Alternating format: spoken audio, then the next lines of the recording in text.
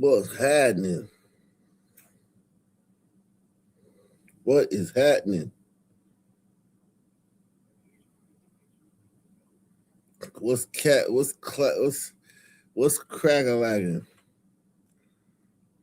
You know how it is, man. We out here. We just out here chilling.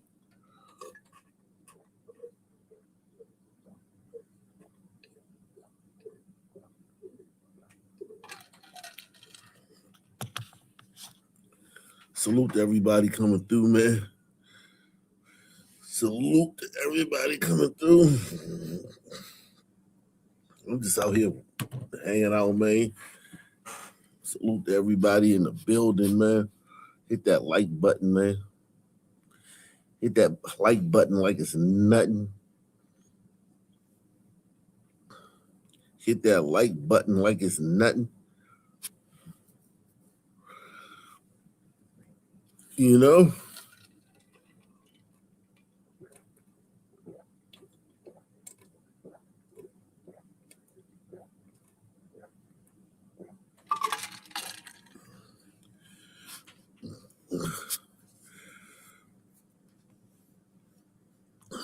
Hit that like button. Check out Merlot in the building.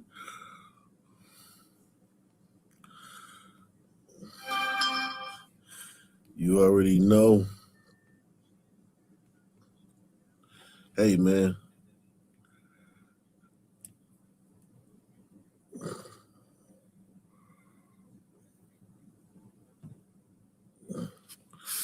You already know. Got a lot going on, man. There's so much going on, man. There's so much going on, man. You wouldn't even know it was Christmas, man.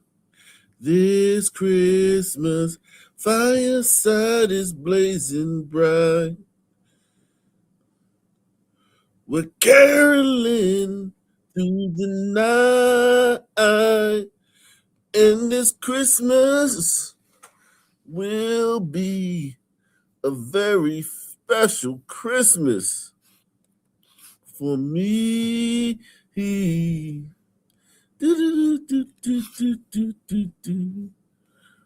I love Christmas music, man.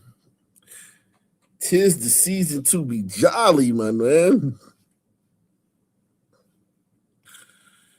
For some people, listen, it's been a rough couple of days. I ain't gonna lie. I can't lie. I can't lie. Don't give me the line.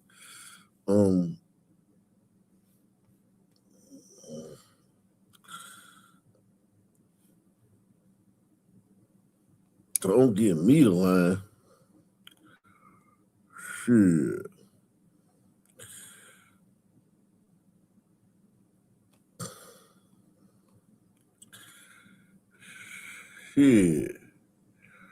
Shit.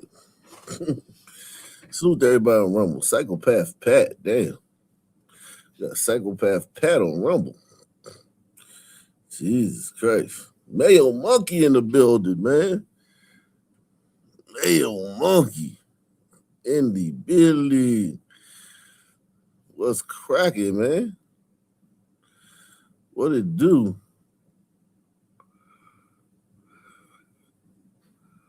What it do?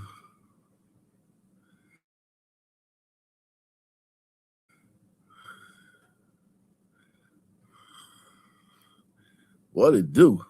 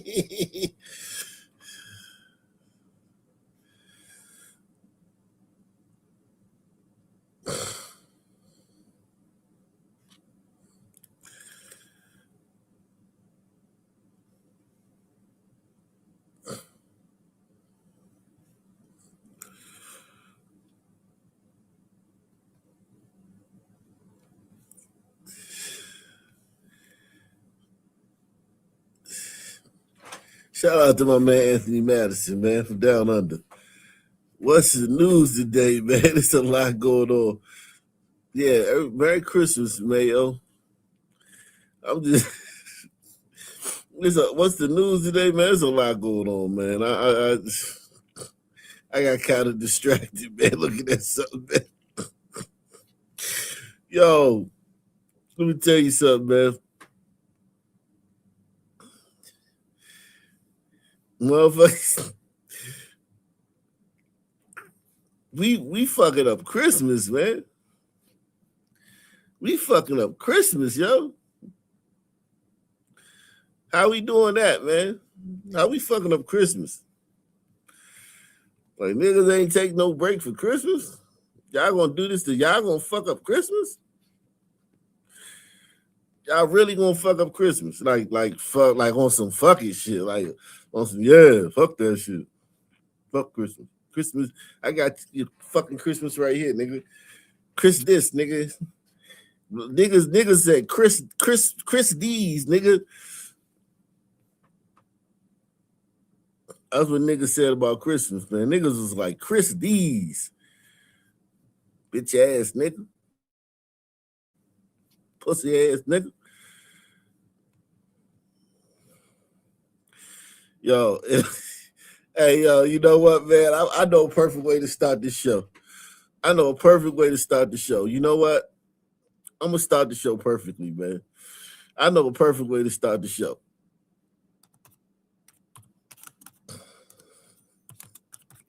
I know a perfect way to start the show, man.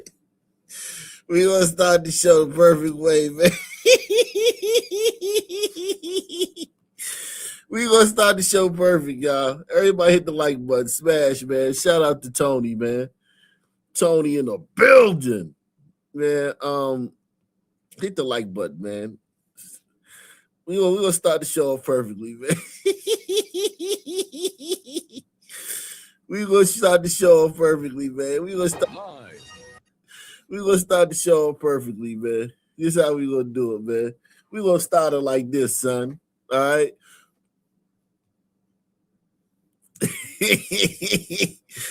Tis the season to be jolly. Fa la la la la la la la la, my nigga. Jesus Christ, man.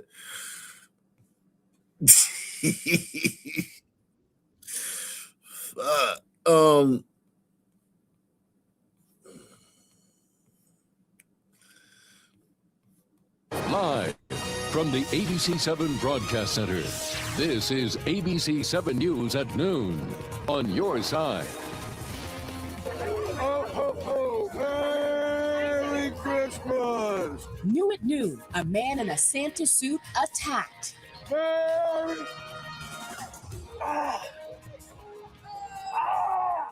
Only ABC7's cameras are there as Santa's helper is hit with a pellet gun. Now the big question in D.C., who shot the man in the bright red suit as he handed out toys to boys and girls? Now, for all the kids watching at home with mom and dad, we want to, of course, make it very clear that that was just Santa's helper, but he was, in fact, attacked. The real Santa hasn't arrived yet, but children might want to leave the room anyway. Yeah, especially before seeing this story. The helper was handing out toys during a giveaway in the Berry Farms neighborhood. That's in Southeast D.C., when suddenly 2 shots were fired and he was hit. ABC7's Chris Van Cleve is live at the scene with the video you'll only see on 7. Chris? Jimmy, pretty unbelievable. This is the way to catapult yourself to the top of the naughty list for sure. Now, as we said, this was not the real Santa. Think of this as a deputy Santa here to lead the annual toy giveaway in this community. Some 600 kids get toys from this. And as it was just starting, this Santa was talking to our own photographer, Mike Rudd, when those shots rang out. Now this entire community is wondering who's responsible. Oh, man, this is awesome, though. Whoa, yes. Merry...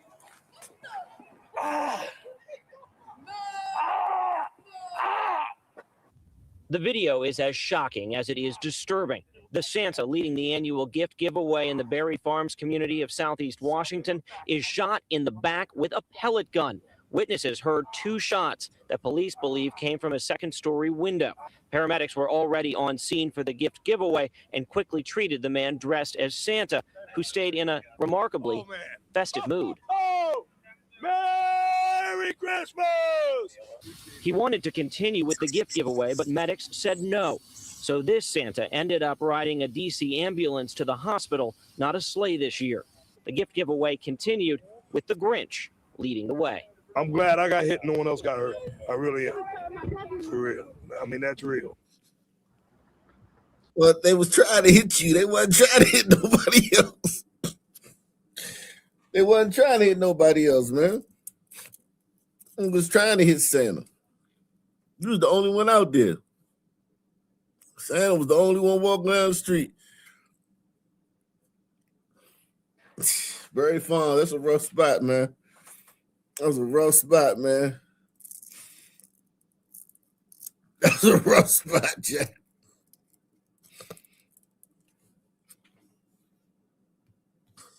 Expected to be okay, will be completely recovered. The toy giveaway will continue actually in the next few minutes. The folks that weren't home when they were giving them out will be able to come here and pick up their gifts. Police still looking for whoever was responsible. It truly is one of those where you just kind of have to shake your head. One person we talked to today, guys, told us, who shoots Santa on Christmas? Or in this case, Santa's helper. Either way, it's just plain wrong. We are live in Southeast Washington. Chris Van Cleve, ABC 7 News. Chris, that was the question we kept asking in our newsroom today when we heard that this had happened, but he was in good spirits there as he was taken to the hospital, so.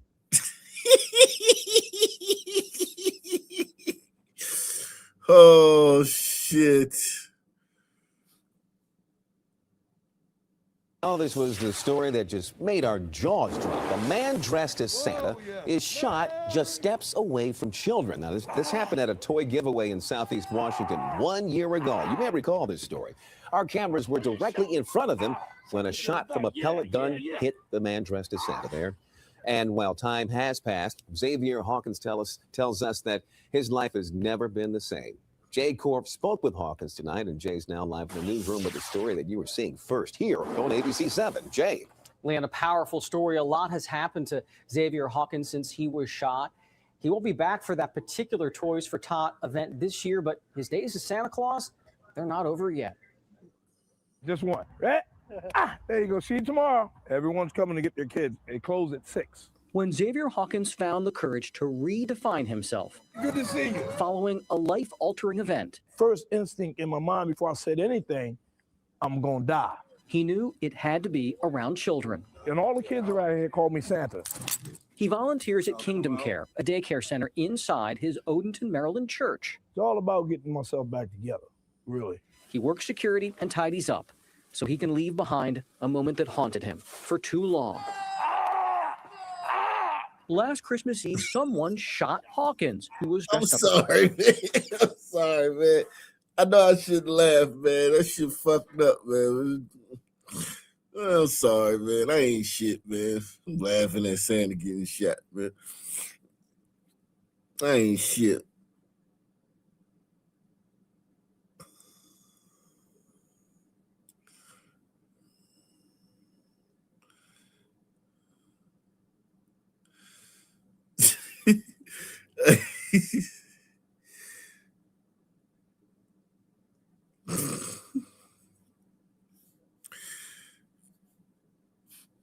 Santa Claus with a pellet gun. He was delivering presents to needy children in Southeast D.C. through his employer, Interstate Moving. When I felt the burning, I knew I was shot.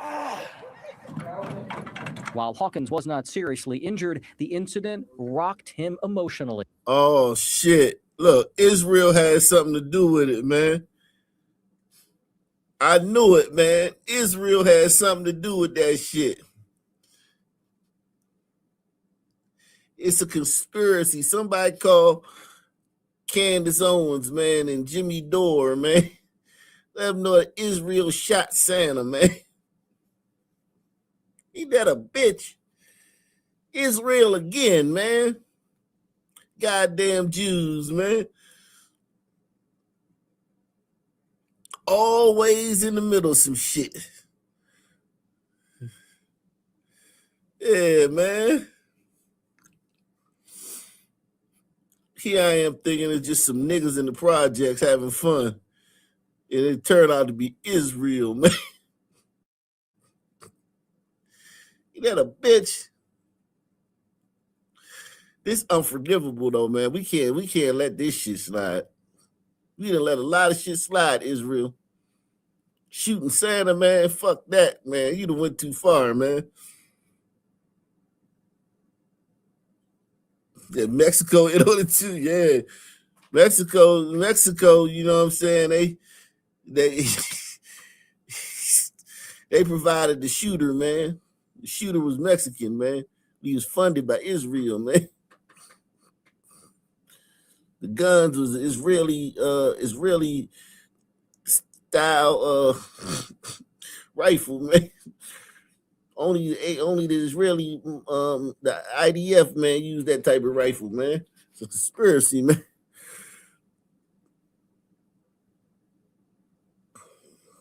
God damn it.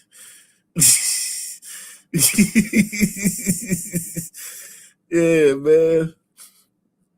That a bitch. Was not seriously injured. The incident rocked him emotionally. And the reality is, I could have been dead. He says he was diagnosed with post-traumatic stress disorder. I thought people were out to get me. You know. They got Santa out here thinking people out to get them. Niggas ain't shit. Press 1, man. You niggas ain't shit. You got Santa out here scared to fucking deliver gifts, man. Santa scared to bring gifts, man. Shit. You niggas ain't shit, man. Why does somebody shoot me? Are they following me? The 51-year-old had trouble returning to work and eventually resigned. Despite a year of struggle, Hawkins insists he has no regrets. I can't look at it that way. But I'm not financially stable like I was when I was working. But I'm happy. I'm at peace. He believes this is where he needs to be, surrounded by his faith community and children. Just to be able to do something and to help out and not getting any pay and not worried about no money, because I know that God is going to bless me, you know, because I am Santa. I'm Santa.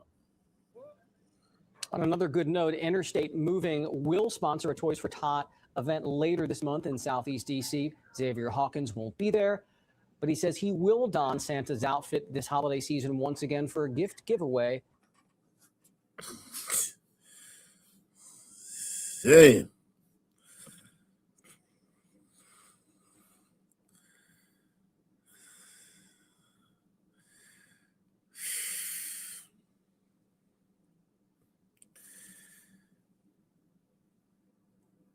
You motherfuckers, boy. You motherfuckers, man. You motherfuckers, man.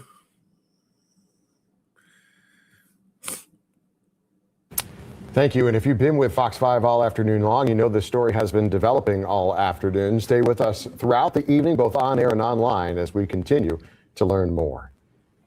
We have yet more breaking news at this hour. Metro Police are investigating a deadly shooting in southeast Las Vegas. And Fox 5's Evan Lake is live near the scene near Maryland and Hacienda. And Evan, what can you tell us? Well, I can tell you that the people that live in this area are pretty shocked by this happening. After we gave you the details at 4 o'clock, a woman came up to us and we told her what happened. She had no idea about this shooting, and it confirmed a lot of fears that she has in living in this neighborhood. First, we'll break down the details of this shooting again if you are first learning about this as well. Shortly before 11 a.m. today, Metro Police responded to this area for a homeowner claiming that someone broke into his home. A fight ensued, and that led the homeowner to shoot a potential intruder. The intruder, a man in his 40s, was taken to the hospital and pronounced dead, according to police. The homeowner has worked with police to work through their investigation. But the woman we spoke to, she just moved to this area of town in April, along with her 13-year-old daughter. And the shooting, again, it made her scared, but it also confirmed a lot of other scary situations that she's seen since moving to this part of the neighborhood. So to see something like this happen in this neighborhood is not shocking. There are constant helicopter activity, police, ambulance, people roaming. I believe there's, drugs, gang violence, all of those typical, economic situations. But there is a large percentage that are still fitting Niggonomic situation. that stereotypical bill of violence.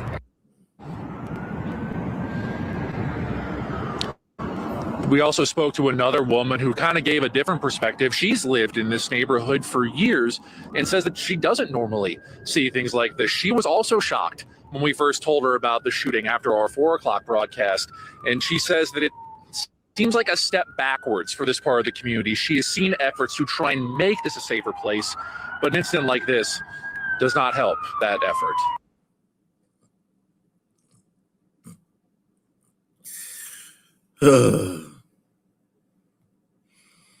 Three people were shot tonight, not far from St. Sabina Church on the south side. One of the victims had just left a Sunday night sports event inside. WGN's Emmy Victor is live tonight with the latest. Authorities are still searching for the person responsible for this shooting. The church says that a group of people were inside playing basketball in their gym when one of the men walked outside and was later shot. Another post-basketball game shooting, man. Didn't the brother yesterday get shot? Was that Pennsylvania after a basketball game, an argument? They shot him. He's learning how to walk again, man. They fucked him up. These niggas don't play, man. That's why I don't play with niggas. I don't play. You want to play basketball? No. You don't play basketball? No. You told, man. You never played basketball? Never played basketball, man. What's that? How you play basketball? What is that? What is basketball?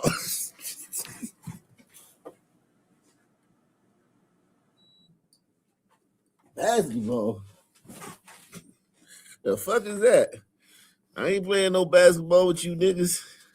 You niggas is retarded, man.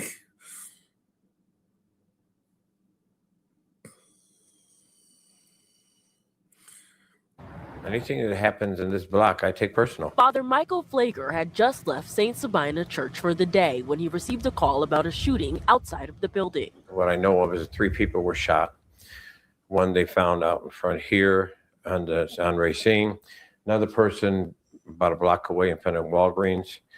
Another person down near 77th Street. Crime scene tape went up at 78th and Racine just after 4 p.m. Police say an armed man fired shots in the direction of 3 men who were standing outside, and then the suspect fled the area. Flager says one of the victims had just been playing basketball inside of the church's gym. All 3 victims were transported to area hospitals and are said to be in stable condition.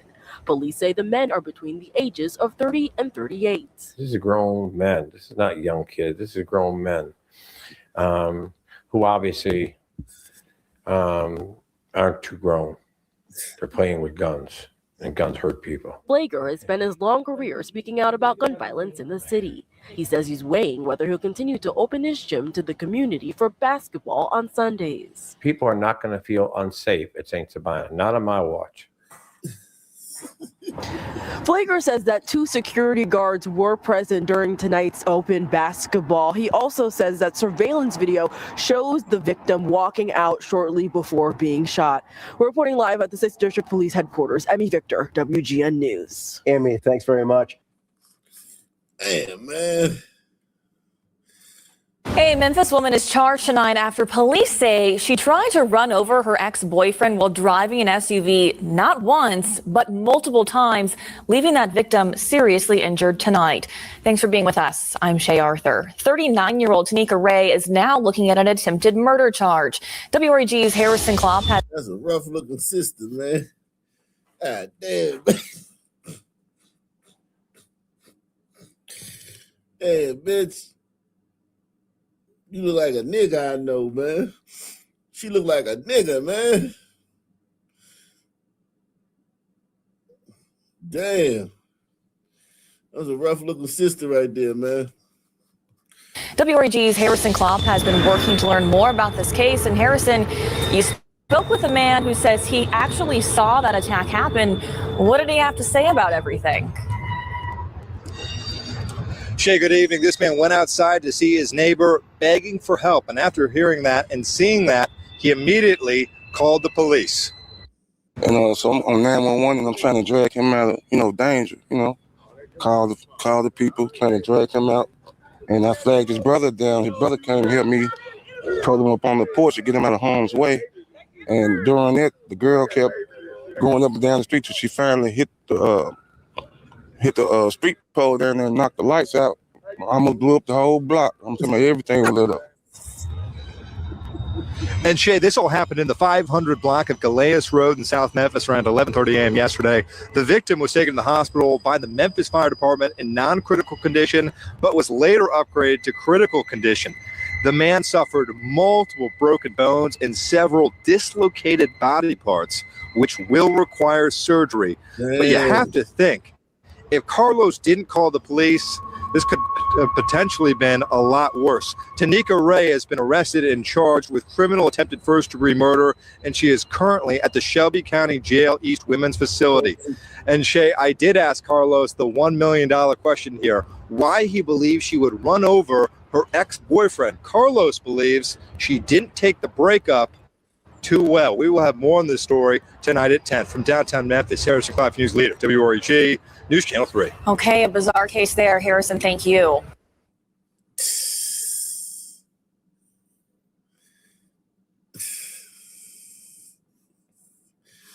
Well, new at 5, as many families prepare to celebrate Christmas, one Memphis woman is preparing to lose her home on Christmas Day. WREG's Caitlin Barker spoke with the tenant who says receiving an eviction notice with only days to move out left her completely blindsided. This is the home that Deshaun Lockett is forced to leave in less than a week. And even though she's losing her home, in spite of that, she's still in the giving spirit. Thank you, baby. Oh, my goodness. Let's just get this. Oh, my goodness. While we were preparing to interview Deshaun Lockett, the woman being evicted from her home, we were stopped by a local explaining that she didn't have a Christmas tree this year. And while overhearing our conversation, Lockett decided to give hers away. I couldn't get a Christmas tree this year. Thank you so much. God give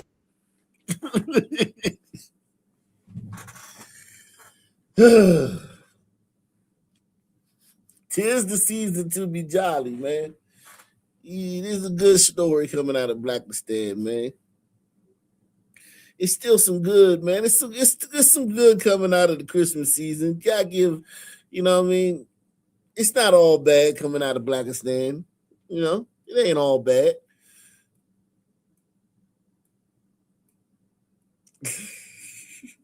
Everybody hit the like button, man. Take the $5 challenge, the $10 challenge. Put 20 on it.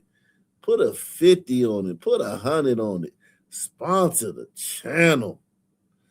We out here doing this work, man. Listen, man. Sons didn't stop, man. They didn't stop for us. They didn't take Christmas off, man. She said she ate all her money away and couldn't afford a Christmas tree. God damn.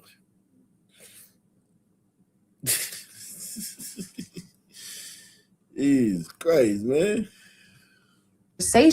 Lockett decided to give hers away. I couldn't get a Christmas tree this year. Thank you so much. God give you favor. He opened the door for you. In spite of her acts of kindness, Deshaun Lockett will still have to leave her home of 4 years. I should have been having my Christmas done in here. Instead, I got to leave. Instead, Christmas what? What'd she say? Instead, I got to leave. Having my Christmas done in here. Having my Christmas done in here. I should have been having my Christmas done in here. I should have been having my Christmas done in here. Instead, I got to leave. Instead, it's nothing for me to do. It's no Christmas done in here. According to this eviction notice dated for December 1st. What the fuck is a Donner? Donner. Christmas Donner. What the fuck is that, man? What kind of language these people speak, man? Christmas Donna. Christmas Donna. I should have been having my Christmas Donna here. What the fuck is going on? What is really going on, man? Is this real life, man? Is this a simulation? Are we in a simulation? This can't be real. Christmas Donna.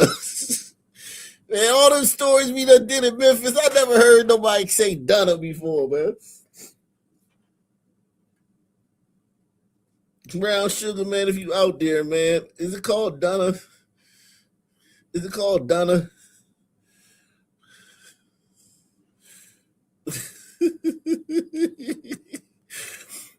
Christmas Donna here. Instead, I got to leave. Instead, it's nothing for me to do.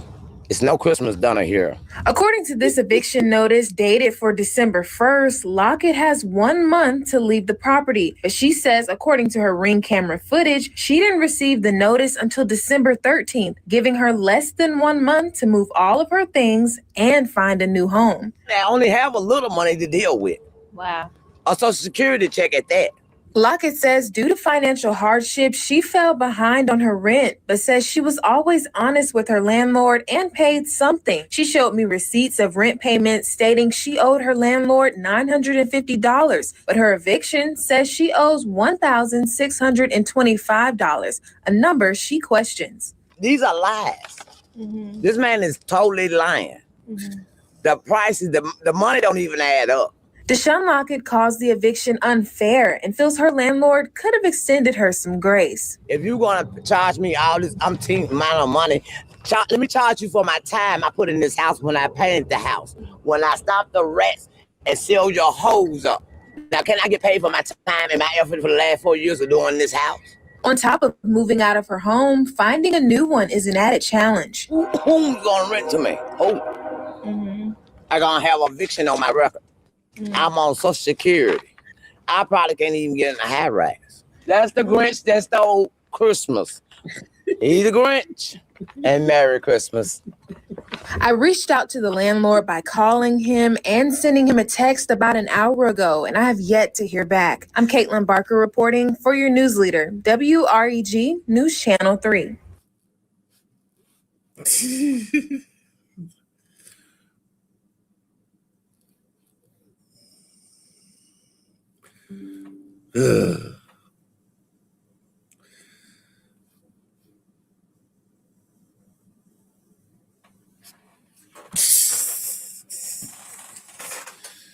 Oh man, these sisters and their motherfucking. You may remember the video that we showed you right here. Confrontation between a D.C. landlord and a bat-wielding tenant. Tonight, the I-Team's John Barr has more on this situation and how it's becoming all too common in the district. And tenants not paying rent, denying access to the property, and then landlords left at their wits' end. And John is here live in studio now with more on this, John. Yeah, we first told you about this dispute between the tenant and landlord back in September. Spoiler alert, it's still going on. This one case, according to landlord Jeffrey Levine, has involved 14 different city agencies, more than 70 court appearances, more than 20 calls to police, more than 100 building code violations.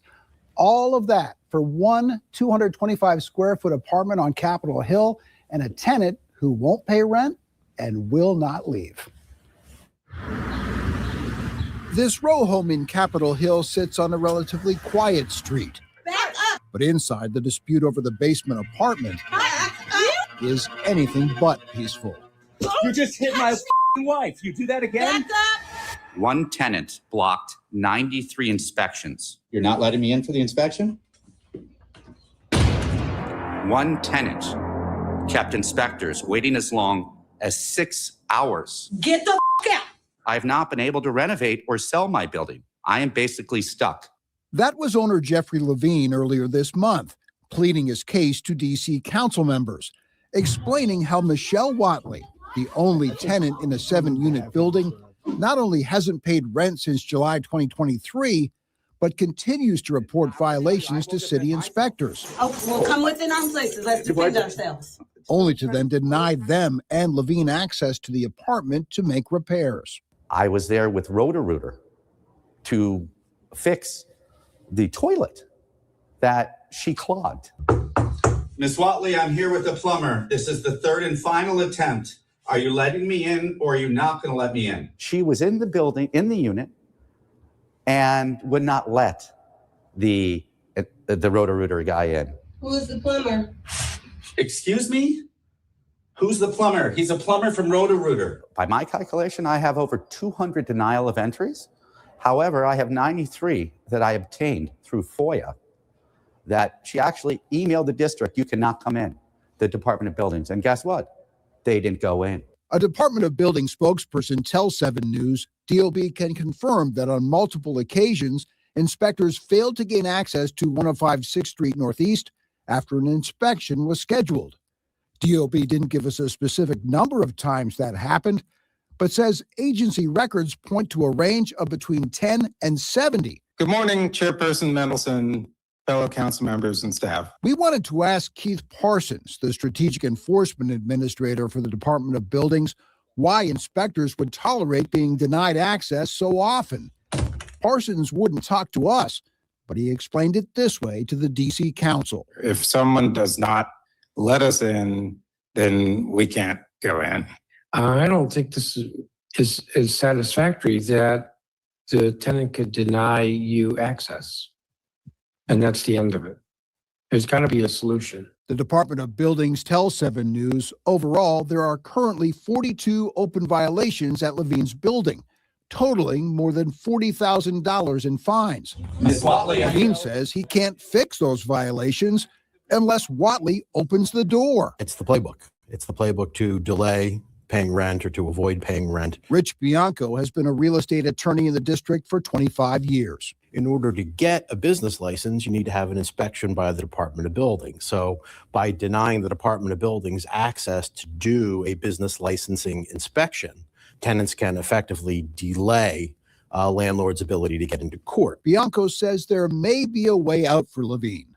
The courts, he explains, can give an exception to landlords who are unable to gain access to their properties because of an uncooperative tenant. And the exception is not perfect. He said black folks wearing white folks out. Yo, man. Yo, man, DC a wild place. They got some wild squatter laws, man. Squatter rights there, man, is insane, man. You let a motherfucker spend the night in DC, man. They could technically be like you. They could technically not leave.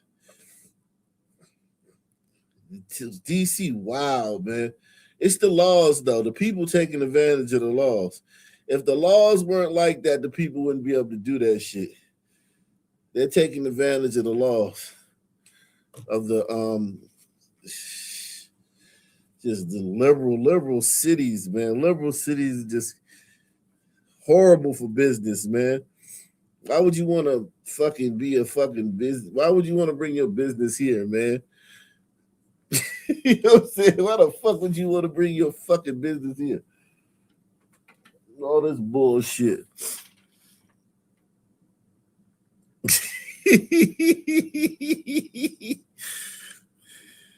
But it is a lifeline for folks that find themselves in the situation that this particular housing provider finds himself in. Remember, the last time we saw Michelle Watley was in this video confrontation with Levine and his wife.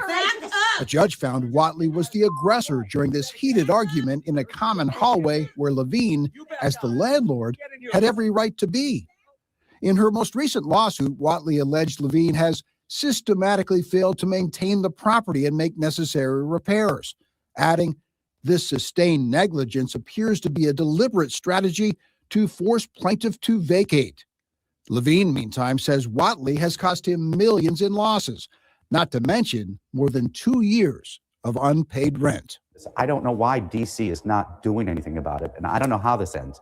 But if I'm on the right side of the ground, which I am now, I won't stop, because what's happened to me could happen to anybody in DC. Yeah, it happens to a lot of people, man. Happened to my stepfather, man. Happened to my stepfather. You can't in DC. You can't get people out, man. That's how DC is, man. You can't get people out, man. It happened to my stepfather. Not this bad, but bad. See. Now, the Department of Buildings says if inspectors are repeatedly denied entry, it could use what's called an administrative search warrant to gain entry. But a spokesperson tells me those warrants only apply when conditions are considered dangerous, and that does not appear to be the case here. As for Ms. Watley, she finally agreed to an interview last week and then backed out at the last minute. We'll keep asking. We'll also keep an eye on this case. For the I-Team, I'm John Barr.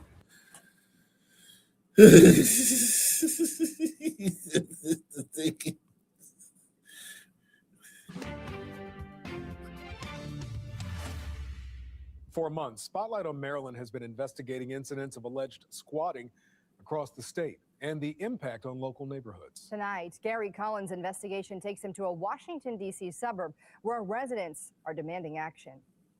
Yeah, we've heard about squatters in the news. Never thought it would be next door to, where we all grew up. James O., a man who grew up in a multi-million-dollar neighborhood in Bethesda, is one neighbor of nearly an entire block who has contacted Spotlight on Maryland to investigate an alleged squatter takeover of a $2.3 million property on Burning Tree Road.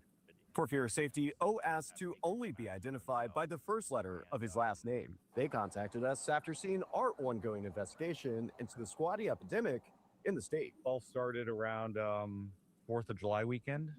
And there were the house that we're talking about was up for sale, and we heard there was a new buyer that was interested.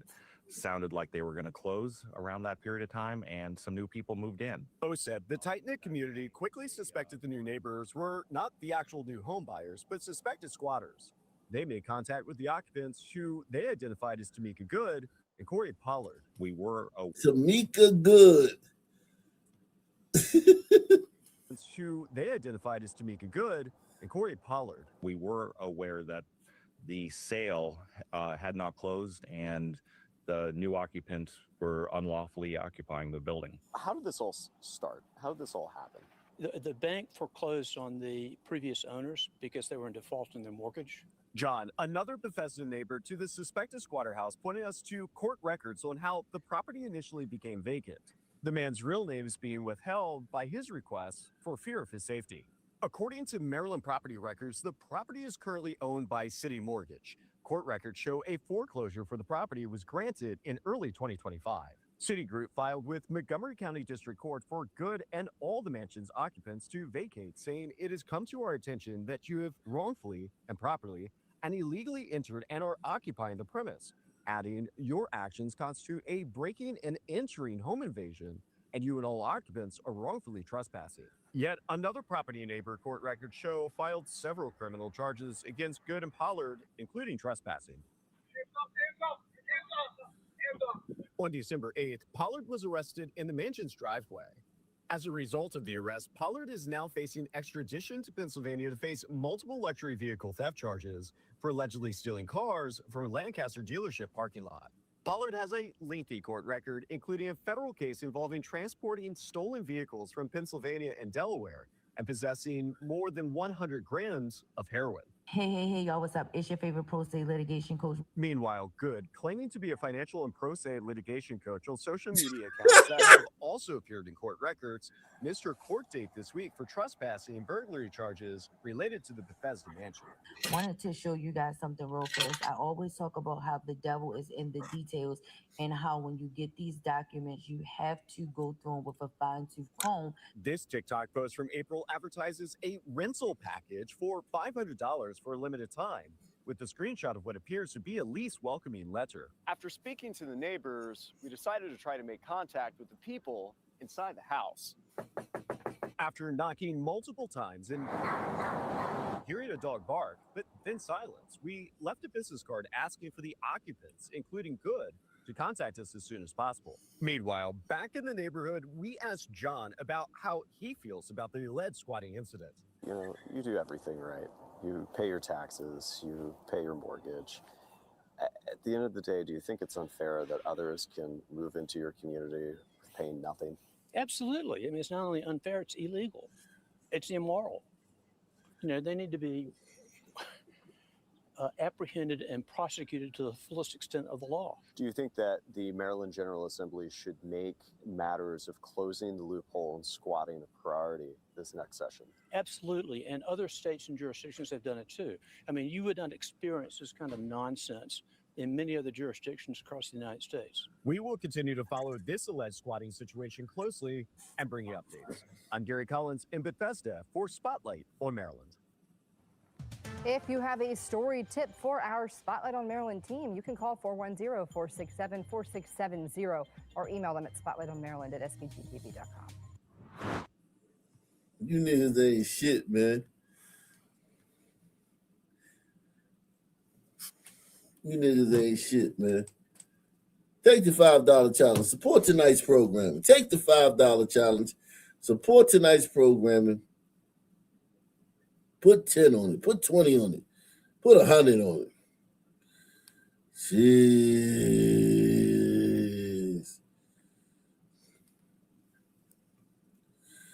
You niggas, man. Jeez.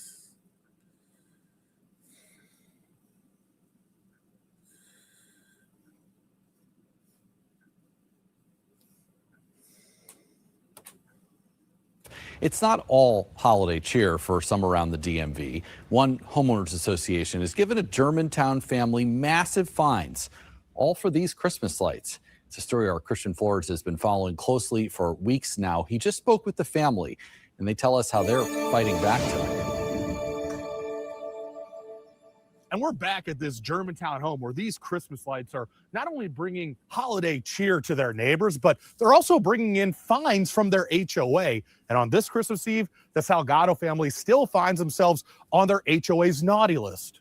'Twas the night before Christmas. That's what I'm hoping for this Christmas. They might change their hearts and change their minds. And the Salgado family with one special final wish before Santa comes down the chimney for their HOA to rescind their fines for these Christmas lights. Since our grandmothers passed away, it's felt empty for us. And that's why we added the 2 angels. And that's why we're asking the HOA to stop doing this craziness.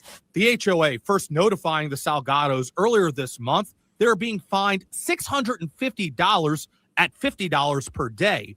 That was more than 2 weeks ago, meaning that sum has grown to more than $1,400. That's a crazy amount of money. Which is why they hired a lawyer to fight back. Christmas decorations should not be regulated by a homeowners association. The HOA only telling the Salgados they are breaking the community's nuisance rules. 7 News on Your Side has repeatedly asked what exactly about these decorations are in violation of, but the HOA's lawyer only telling us they don't comment on specific residents. The nuisance or annoyance rule is intended to be what is a nuisance or annoyance to a normal, ordinary, reasonable person. A normal, ordinary, reasonable person in America in this area does not get annoyed by, beautiful Christmas ornaments. Another factor in play. This is like our centerpiece for why we decorate, and the true meaning of Christmas for us is right here, this manger scene. The Salgado family's religious beliefs. Any court of law would be disturbed, if you will, by what the association is attempting to do here, which is infringing on the religious freedoms of my client. This feud could land in court or with the Montgomery County agency overseeing homeowners associations. But in this season of giving, the Salgados are hoping the HOA gives them the gift of a change of heart. We've had these for as long as our childhood, and it just feels like it's part of us. And if we let that go, it feels like part of us is gone. Christian Flores, 7 News. Wow.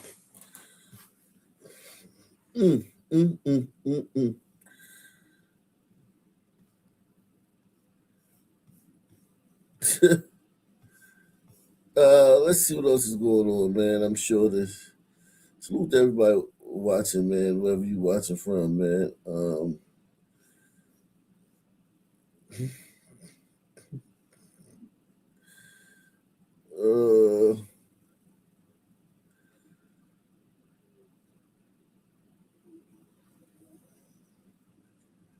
Let's see.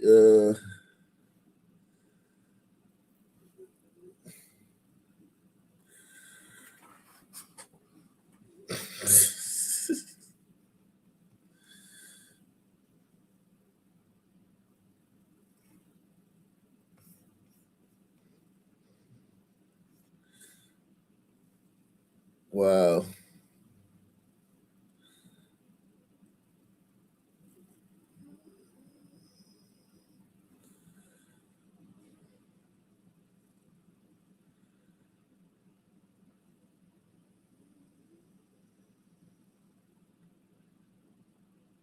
Man, what a crazy. Let me see. Let's do New York. Let's do New York, man. We didn't do New York. We haven't done New York in a long time, man.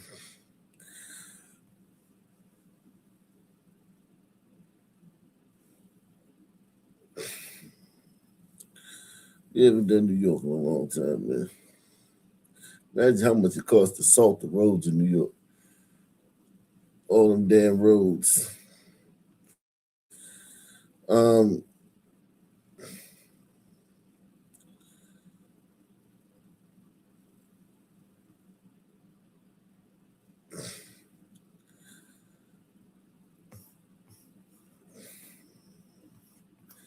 We are in the building. Everybody hit the like button, man. Smash that like button, man. Smash that like button. You hear me? Smash that like button.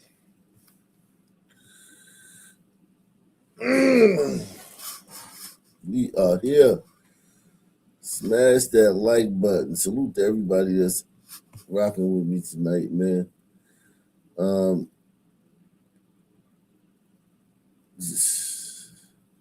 He said, why my little child not consumed that he did? Oh, the Bronx.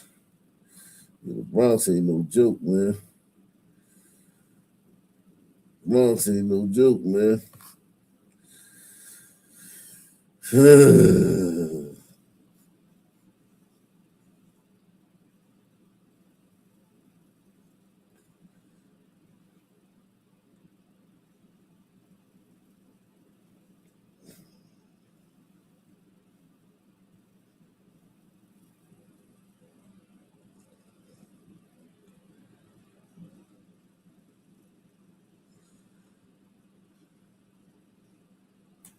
Salute to everybody out there, man. Hit the like button.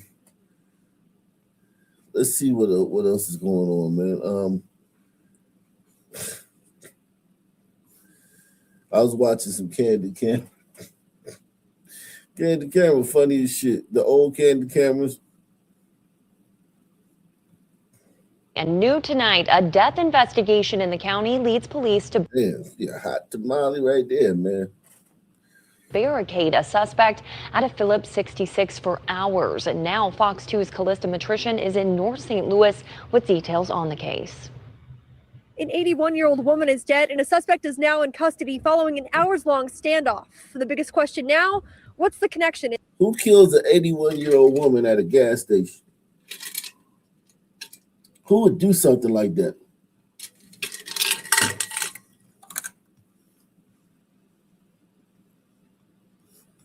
In the case.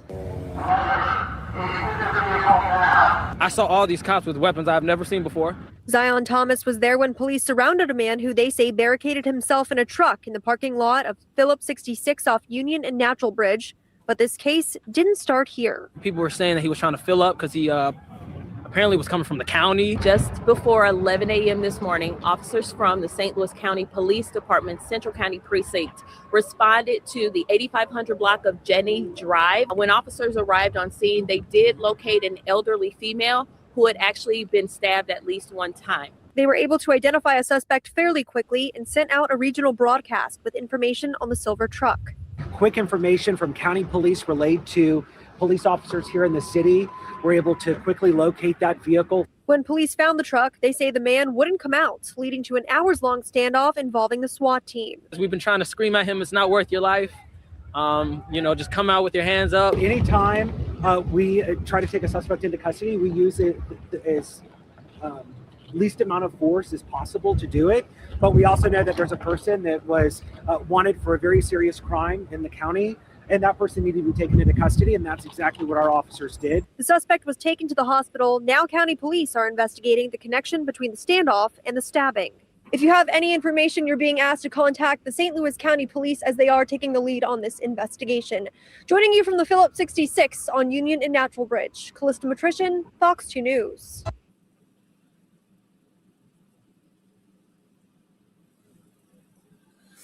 Oh.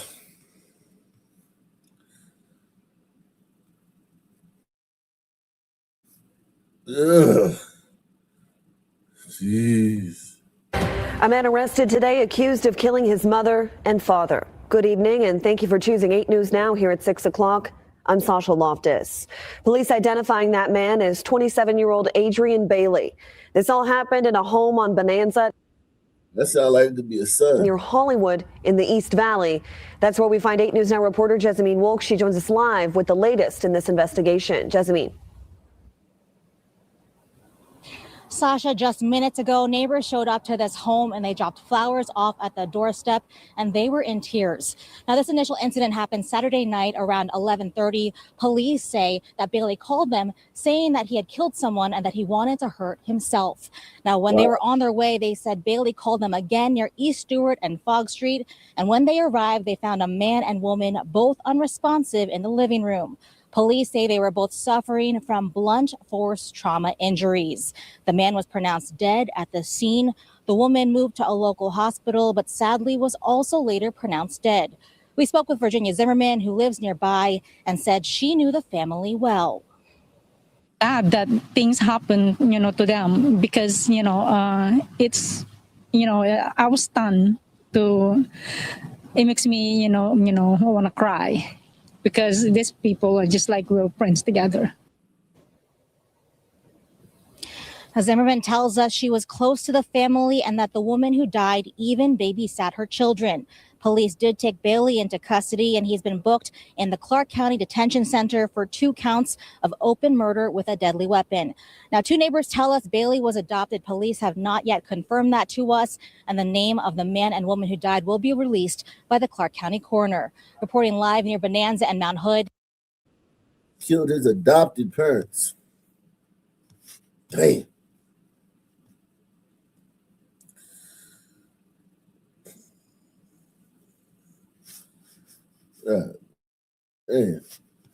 Cake. So clean that oven with Jif-Foam. Cakes can be beautiful, and ovens too, while your oven's warm. Foam on Jif-Foam. Jif-Foam foams away sticky drippings, grease, and baked-on crust. Foams and cleans your oven in a jiffy.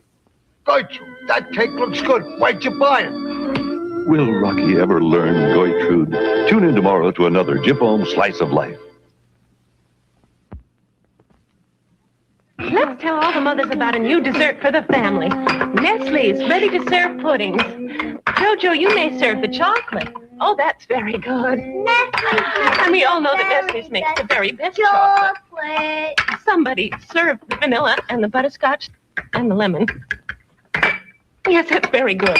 Now we'll all taste. Oh. The proof is in the pudding.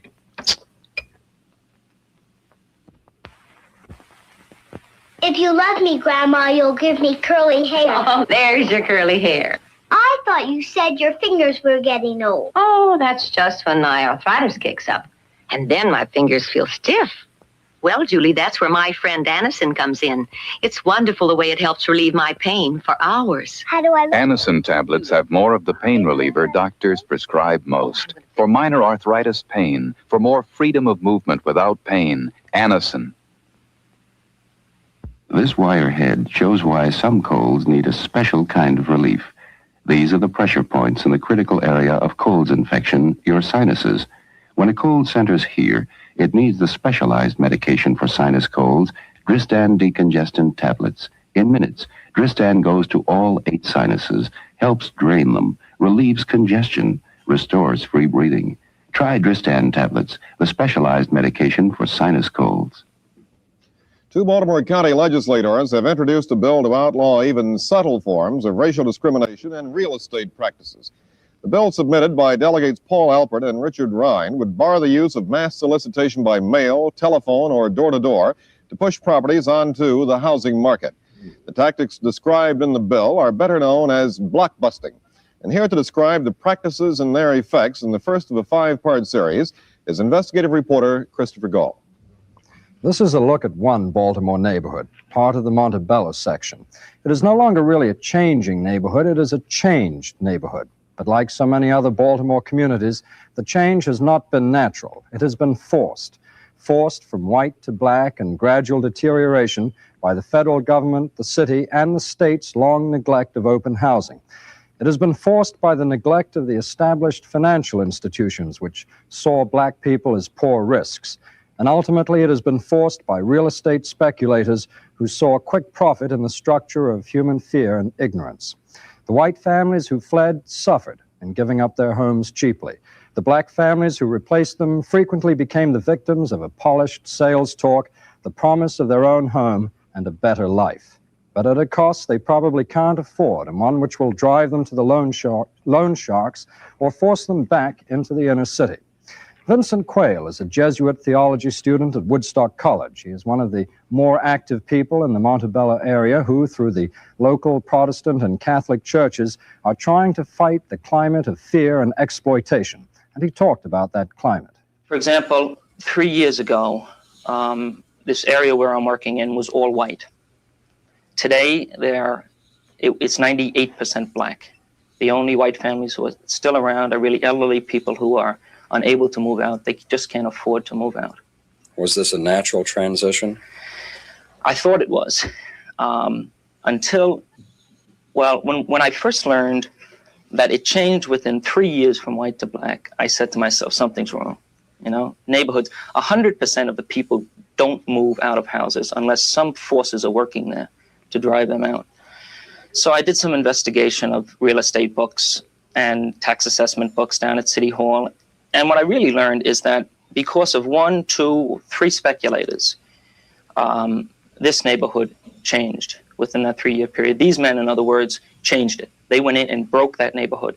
They scared the whites into leaving, and they directed the blacks to this 3-block area. Just how did they do it? Did you find out? Yeah. This is a pattern that happens all over, okay? The first thing they do is they plant a couple of black families on a block, all right? They send in their agents then, their real estate agents, to shake up the white community.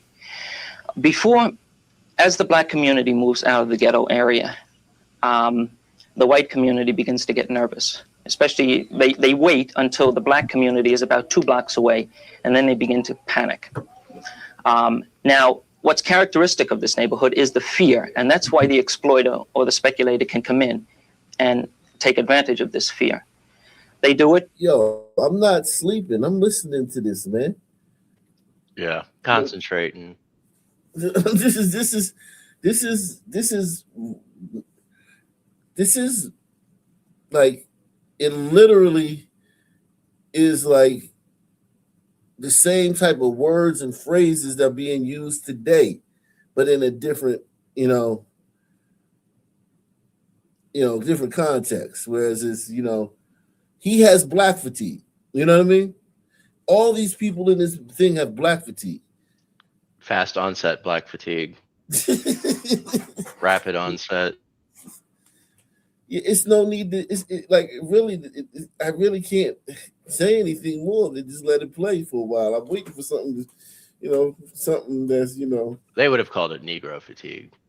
Yeah, definitely. I mean, it's just like, my God, white people weren't even. This is the white people that was chasing y'all around with pitchforks and nooses and shit. This guy right here. Like, we don't see any evidence of that, man. That, like, black people being rude to them and shit.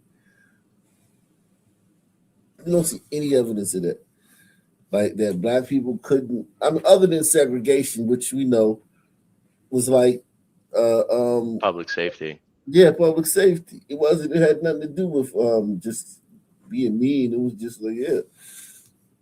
we don't see anything where I would see like, damn, black people were scared to be out at night and shit, or black people was terrified of white people. I'm not seeing. I never see it, and I keep dropping those videos, man, and we still don't see it, man. It seems to be the opposite. Yeah, White women seem to have a lot to fear. Salute to Deluxe 247, aka Calvert, aka the real MVP, coming through once again. Shout out to Deluxe. This Christmas. Listen, man,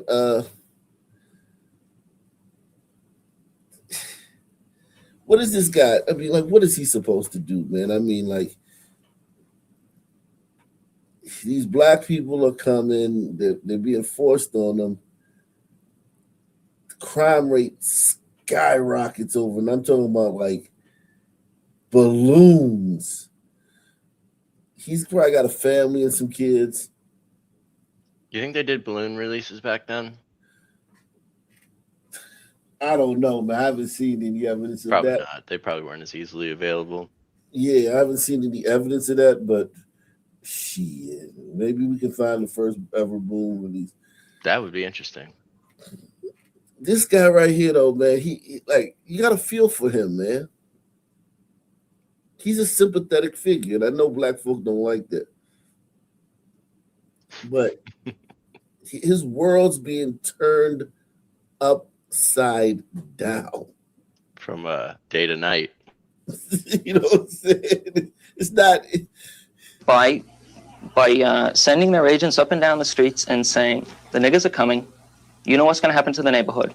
Well, hold up, what? Sell out now and I'll get you a good price. He said real estate agents was telling them, because, niggas is coming. They're predatory.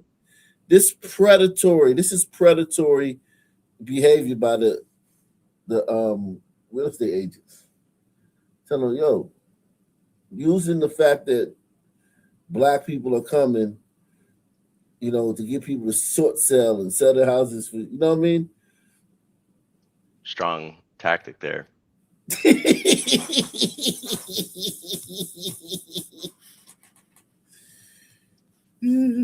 By sending their agents up and down the streets and saying, the niggas are coming, you know what's going to happen to the neighborhood. Sell out now and I'll get you a good price for your home. If you wait 6 months, I won't be able to get you half of what I can get you now. So it's blockbusting. Right. Now, that's crazy. 6 months.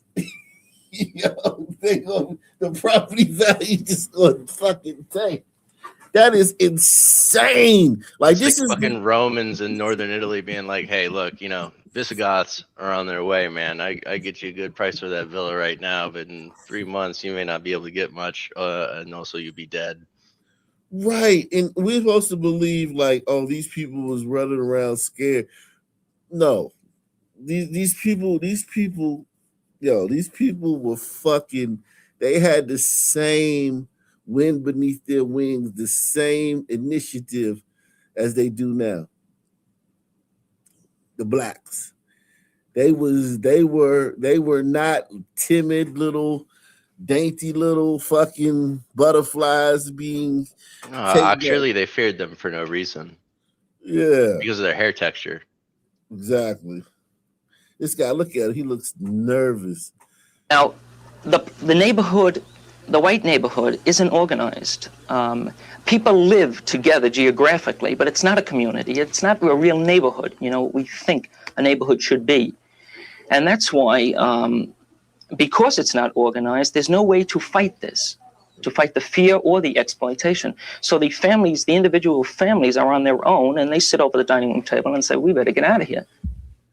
Most of the white families in the neighborhood made their decisions just that way, but they were helped. Tomorrow, a closer look at how both the white and black families are hurt in a frank interview with a white woman who continues to live in a predominantly Negro block, and in the same interview, comments from her black neighbor. This is Christopher Gall. City Housing Commissioner Robert Embry has hailed attempts by Baltimore Delegate Walter Orlensky and Councilman Emerson Julian to force a reconsideration of the sale of Baltimore's Friendship Air. Damn, I want to see that other episode, man. I'm saying. Let me see that.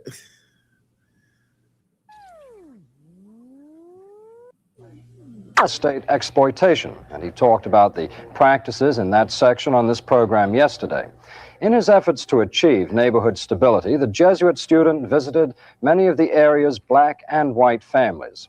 I went with him to see Mrs. Rose Mason, a white woman who has lived at 1623 East 31st Street for the past 10 years. Her black neighbor, Mrs. Angie Washington, has lived there for 2 years. Mrs. Mason was frank in discussing her feelings about the change in the neighborhood. Perfect. It started with the house next door. And I guess because the colored people were coming up through this way, the people began to get scared. So naturally, she sold next door. Well, you know what? It looks like kind of like got like a Melungeon little kid there or something. Some sort of Oriental. Would that be? That's just a white kid. That's just a white kid. This is a white kid with a maybe you know maybe some Samoan or some. Maybe one of those Saigon babies. Yeah, something's in there. Something's. You know, it's not a pure white baby. Yeah, not purely white. Mostly white. This woman is supposed to be like a black man was supposed to be like she was supposed to be able to like take her shoe off and clock a black man upside the head just for not opening the door for her, right? He's Scream like, and have a gang of whites beating him up. Yeah, yeah. Like come on, man. You niggas have been lying about history so bad. I mean, and I this is where the Jews come in because, like, a tale this fantastic, you know what I mean? A story this, like, different from reality, this like, just artistic. Sons couldn't have came up with that on their own. I will give you that. I'll give, fishermen and all you people like that. Yes, the Jews were definitely behind this narrative that blacks were like just terrified of white people. And all white people were just mean back then. Every white person just was like, every white person was like picketing the school with signs that say no ends in our neighborhood. Yeah. Like I could see the Jews being behind that narrative because it's such a think about it. In none of the stories, the news articles, the videos, you almost see zero evidence of any of that. You know what I mean? The closest evidence is the lynchings, but the lynchings were like almost uniformly because of like some just off the charts behavior. You know what I mean? I mean, they mostly seem to be related to the brutal graping of white women. Exactly. That's how Tulsa started. Well, he didn't rape her. He tried to. Yeah, on the elevator. Yeah. His nickname was Diamond Dick. Maybe he might have just wanted to cop a feel. Yeah, you're right. Her feelings about the change in the neighborhood. Prevented that massacre. It started with the house next door. And I guess because the colored people were coming up through this way, the people began to get scared. So naturally, she sold next door. Well, when one sells, the others are right behind. Just go. Oh, shit. She don't look happy. Yo, that's an unhappy looking sister. All this time she was right there. All this time she was over that Jesus Christ. Holy she shit. Looks like she might hit her right now. Yo, that white lady is like, oh, this is like the perfect microcosm of what was going on back then. Like some white woman we're being shown that like this white woman is like, she's using words like colored and Negroes, but no, that was just the terms of the day. Those terms were not offensive during that day. and there's some sister there that like literally has all the power, who even 60 years later is gonna be like acting like, think about it. It wasn't even like that then, but sisters now act like whatever the bullshit.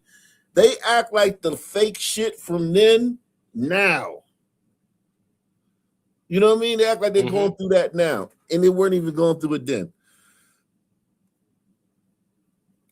This shit is crazy. And listen, black. Everybody I know is black, right?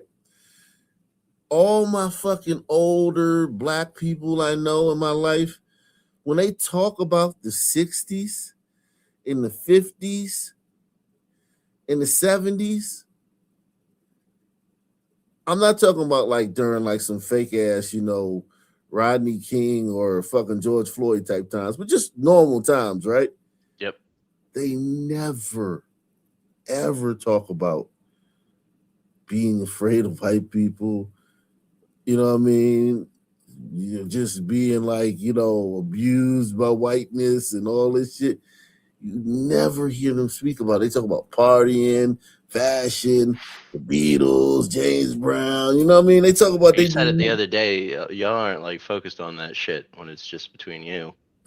No, it's just crazy. Like you can't. You would think that like you would be hearing stories off your life. I just walked home from school one day and the Klan got behind me. And I just kept my head down. My heart was beating 100 miles per hour, and they rolled on past. And I said, "Oh Lord, I thank God I never walked this way again." Like it's like you don't get those stories from niggas. I mean, if you read between the lines, you start to realize that shit like Emmett Till was the wild outlier. Yeah, it's just that's why they talk about it like that. Because if it was just commonplace, it would just have we would know about John Smith and Jack Johnson and this one, that one, and that one, and that one. Yeah, all you get is Emmett Smith, Emmett Till. Began to get scared, so naturally she sold next door. Well, you know, when one sells, boy, the others are right behind. Just to go. Yeah. Was there any attempt to make these people scared, the white families who are living here? Well, I had an experience. You want to hear it? Yes. Well, I happened to be sitting on the steps with a friend of mine, and the man that had gotten the house from the woman next door, he came up and he said to me, would you like to sell? And I said, no, I couldn't afford to sell because I can't afford to go anywhere else. And he said, you won't sell? I said, no. He says, well, pardon me, Angie. These are not my words. He said, what are you going to do when these niggers move in here? And they get out in the porch in the summer and they drink beer. Pardon me. I said, hell, I'm going to join them. And I do, right? Yeah. You're darn. What are you going to do with white people were scared? You can't make everybody wouldn't be making that threat if there wasn't no substance behind it. Right. I mean, because it wouldn't have any effect. Yeah.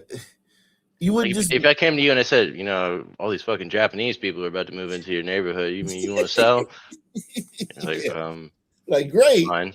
Awesome, sounds great. Yeah, good. At least ain't no blacks moving in because you know seriously, when a house goes up, when a family moves out of a house and the house is just for sale and you know nobody's in it. Even if you see a Hispanic family moving in, you're happy.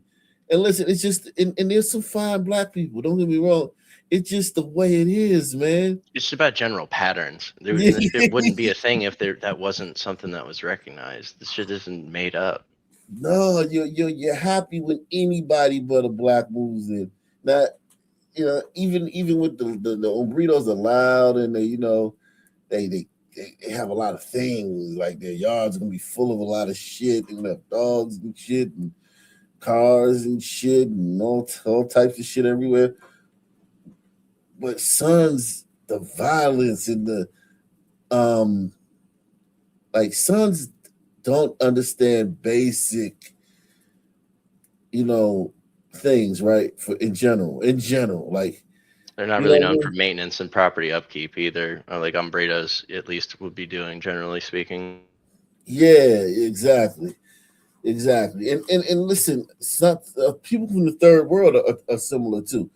Like sons and people of the third world. Like you don't want immigrants living next to you either, because they're like, they don't know, about like, like people used to. I mean, it used to be the same way. Hey, a bunch of fucking wops are moving into the neighborhood. A bunch of Irish, right? I mean, people used to feel the same way about that. Yeah, exactly. Because we're very friendly. People are people. I don't care what color they are. Yeah. And that's bullshit. Salute to my man Glider from the moon. He said somehow the biggest victims of blockbusting were supposed to be sons. Why? Because they overpaid for a house in a homogenous neighborhood. Yeah, I'm trying to figure. That's a great point. I'm trying to figure out, wasn't blockbusting good for some people? Yeah, it created all these black neighborhoods. Well, that's because it's the neighborhood that determines how well off you are, right? I mean, it's just lack of access to the neighborhood that's keeping you from being, a totally productive member of society. Yeah. But it's also the fact that that white people left. So black people, we hate when white people stay. We hate when they come. We hate when they leave. There's nothing white people can do. Whatever a white person does is the wrong thing. Just gives you that and die. If you stay, if you stay, it's redlining. If you leave, it's white flight. If you come, it's gentrification. That's a damn shame. Yo. Holy shit. the way I find people, and that's the way I take people, and I hope they take me the same way. The neighbors are nice. I've been approached by many, many realtors. In fact, Mr. Foyt was one. Oh, yeah. And he came up here and he said, "Hello, I came to see you last year." He said, "You told me I could come back and talk to you again." I looked at him. I said, "I've never seen you before." And I hadn't. Is that right? Yeah. That's right. I never had seen him before. So I don't know who he thought he was talking to. But the neighbors up in here are very nice. Yeah. I can't complain. Of course, you have trouble with the children occasionally, but I've had kids in my hand. Uh-oh. The neighbors are very nice, but they can't control their children. Their children, they're very nice people, but they have no control over their children. Dude, the more the things change, the more they stay the same. It is so why time after time after time that is proven on this channel. Yeah, man. Most people would look at this and be like, "There you go. You see, they're just the same as any other, But if you read between the lines, like we know how to here, You just listen. You just listen to what she said, and if you're not an asshole, you understand that she got this big burly sister sitting next to her. Yeah, and like she got this liberal fucking interviewer interviewing her, and she's like, in the times it's the 60s and white people are fucking being cucked and shit. And you understand everything that her words, she's being very careful with her words, so she doesn't want to seem like a racist. If you understand all of that, you know what I mean, you can decipher what she's saying. It's like seeing a hostage video and being like, and the person be like, some emaciated dude with like fucking a black guy gets on the screen and he's like, "They're treating me very well." And you're like, "See, he's fine." You know what I'm saying? He's great. He's doing good. He's cool. I He's told you he was Morse cool. code. What y'all worried about? Like, they're feeding me very well. I just want you to know that you do not need to come and get me. I am doing fine. See, man, I told you, y'all were all tripping, man. Dude doing well, man. Turn the TV off. Let's go shoot some pool. I think Nigtaz in the back. He's got a strange looking name this time, so you might want to keep that banner up. All right. What's up, Nigtaz? Yeah. It was cracking. What's cracking? Same old shit. Different toilet. You coming back Coming back for VP, bro. Yeah, you gotta, hey man. You're not getting off. You're not on a good. You forgot how to do it, man. You forgot. He ain't been up here so. Got that vice presidency and split. He putting his beard in. I That's think right. Hot Black, man. I think Fisherman is right for an upset this year, man. Yeah, today is the 26th is the year of Hot Black. Yeah, man. We gotta unseat Fisherman. His reign. How many years has it been? It's been 2 or 3. 2 or 3. Hot Black in 26. Yeah, Hot Black 26. Yeah, man. You gotta come up with a campaign ass shit on Fisherman, man. You know what I'm saying? Like, We'll see. Yo, go out and come back in, man. Go out and come back in. Nigtown, man. Nigtown coming back trying to show his face right before the election, man. Come to kiss some babies right before the election. This nigga, man. Crazy, man. Let's see. You voted for Fisherman 2 or 3 times, and look, all the Jews are still here. What the hell are you getting from that? Exactly. It's gotten even worse. You can't even get the Epstein files, the fucking genocide, guys. Vote for Hot Black. He's got more reasonable policy suggestions. Exactly, man. Achievable goals. So kids are kids no matter. Yeah, man. Shout out to Hot Black. Hot Black, man. I'm voting for Hot Black this year, man. It's time, man. That's a powerful endorsement. He's run a few races and failed, and now I feel like he's learned from his past failures, man, running, and he knows how to manage his resources, and yeah, man. So yeah, man. So I'm endorsing Hot Black, man, for glider panelist of the year. Damn straight. Right. I never had seen him before, so I don't know who he thought he was talking to. But the neighbors up in here are very nice. Yeah. I can't complain. Of course, you had trouble with the children occasionally, but I've had kids of my own. Sure. So kids are kids no matter whose they are. Were the other white families who moved out approached in the same way you were? Were they scared, do you think, Oh, yes. by the realtors? By the realtors, quite a few of them were scared, but there were quite a few elderly people on the block. Now, some of them were ill. A few families, the husband was ill or the wife was ill, and they had to get them out and get them into a one-floor apartment. But that was only a few. The rest were actually scared. Yeah. And that's why they went. And most all of them had been approached by the realtors. Yes. Mrs. Washington, how much are you paying for your house? $11,950. $11,950. Mm-hmm. How long have you been in the neighborhood now? It'll be 2 years in April. 2 years. How much did you pay by the week, Mrs. Washington? Yes. How much do you pay? $31. $31 a week, and that Mhm. probably includes your ground rent and everything else. I imagine. Yeah. Would you feel happier if the neighborhood were more mixed, if there were a more even ratio of white people and black people instead of the whole neighborhood becoming gradually all black? Well, not necessarily.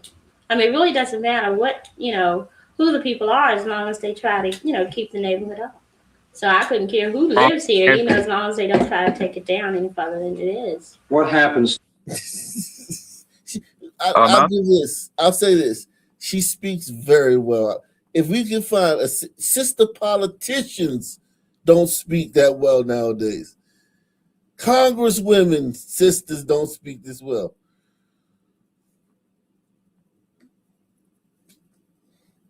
Go ahead. Is that a wig? Of course. It does look a little disheveled. Of course it's a wig, man. Damn, sisters always have fucked up wigs. Damn. Yo, she seems like a very she's a very well spoken woman though. I'll give her that, man. Yo, what do you rate her on a scale of 1 to 10, bro? You can't use 7. Oh man, Jesus Christ! Man. What do 3, you rate the white 2. girl, man? What do you rate the white lady, man? I don't even remember what that bitch looked like. I gotta see her again. I give her a look, man. She looks better than the white woman. I'll be honest here. We smashed a lot. Listen, in the hood. This was running around. These all running all through the hood. Yeah, we Yeah, knocked bro. a lot of these down, If you man. don't like these, like you're not gonna like 8 out of 10 black bitches you meet in the hood, bro. This was these motherfuckers proliferating in that motherfucker. She got some big arms.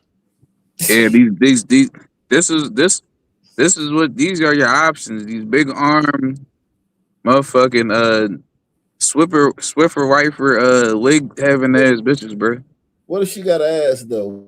I ain't gonna lie. I Man, mean, see, that's look, the that's what always gets you with these black bitches, bro. They had these masculine ass faces, these wild ass wigs, these fat ass arms, but that ass be fat though. That ass, the ass cheeks be on point, bro. To Yeah, you, me. if you're late in your payments at all, or if you don't make your weekly payments right on time. Well, we get a court order. How long does that take to get a court order? Well, we have our payments are due on Saturday. If they're not there by Monday, and by Tuesday around 12 or 1, we get a court notice. A court, and then what do you have to do with that? Well, we usually always go ahead and pay them, but you have to pay $2 for it, the court order. But every week, are you convinced that you really are buying your house? No, not really. You were told though that you were Uh-huh. going to be buying a house. Yeah. How long do you think it'll be before you own the house? Well, they said I think it was a 15-year mortgage. Yeah. Apparently, but like I said, I 15 haven't years. No, say God, that. no. You know how much we paid into it. You know, Paid off the Mhm. the principal, right? because they said they would send us a statement each year. I think after the first year. Well, this year will be the second year, and I hadn't received anything yet. Yeah. Do you think you're getting a good deal? Well, no, at this time I don't think so. At that time I might have thought I was, but at this time I don't really think so, because I have talked to other people and I've seen a lot of houses that might have been a lot nicer than the one that we have, and their prices weren't quite as high, and they're not paying the way we are. Mrs. Washington once thought she was buying on a 15-year mortgage. She isn't. She has a land lease option for which she and her husband paid $300. Mrs. Washington is not buying, she's renting. And she can lose her $300 she thought was a down payment for any small violation written into the lease. Mrs. Washington isn't alone in thinking she may be buying a house. Many of her neighbors, the victims of fast-talking salesmen, don't realize they're really renting. Tomorrow, comments from more neighbors and a closer look at the buying and selling tactics of the biggest realtor in the city who operates in that area. This is Christopher Gall. I wonder who Thank you, that could Chris. be. John Kennelly takes off after. Wow.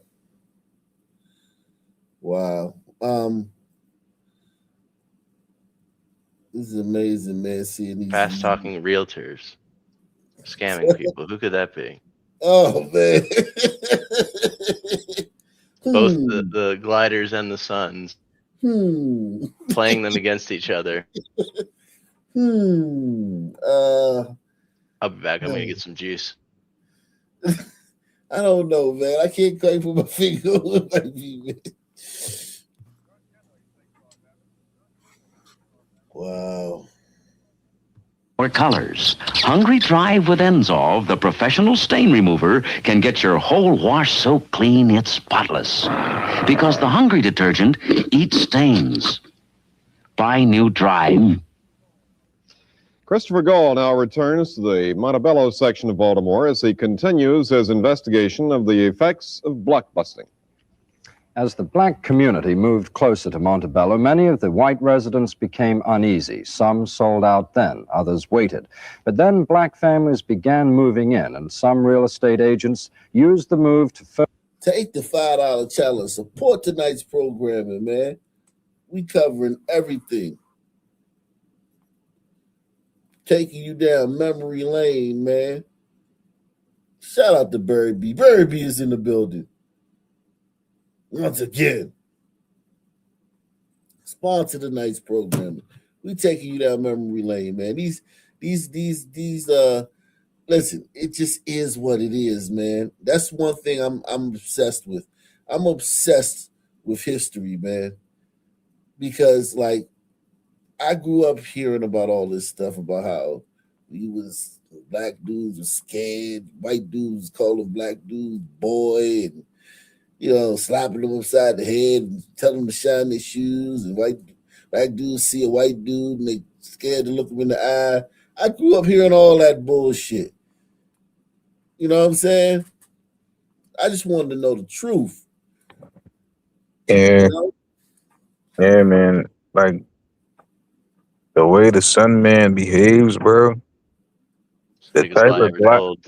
the type of gliders that these motherfuckers would have had to be back then. Like I just don't see it, bro. Like I just Right, with no where the fuck are cameras. these sap dog? These dog niggas are evil, bro.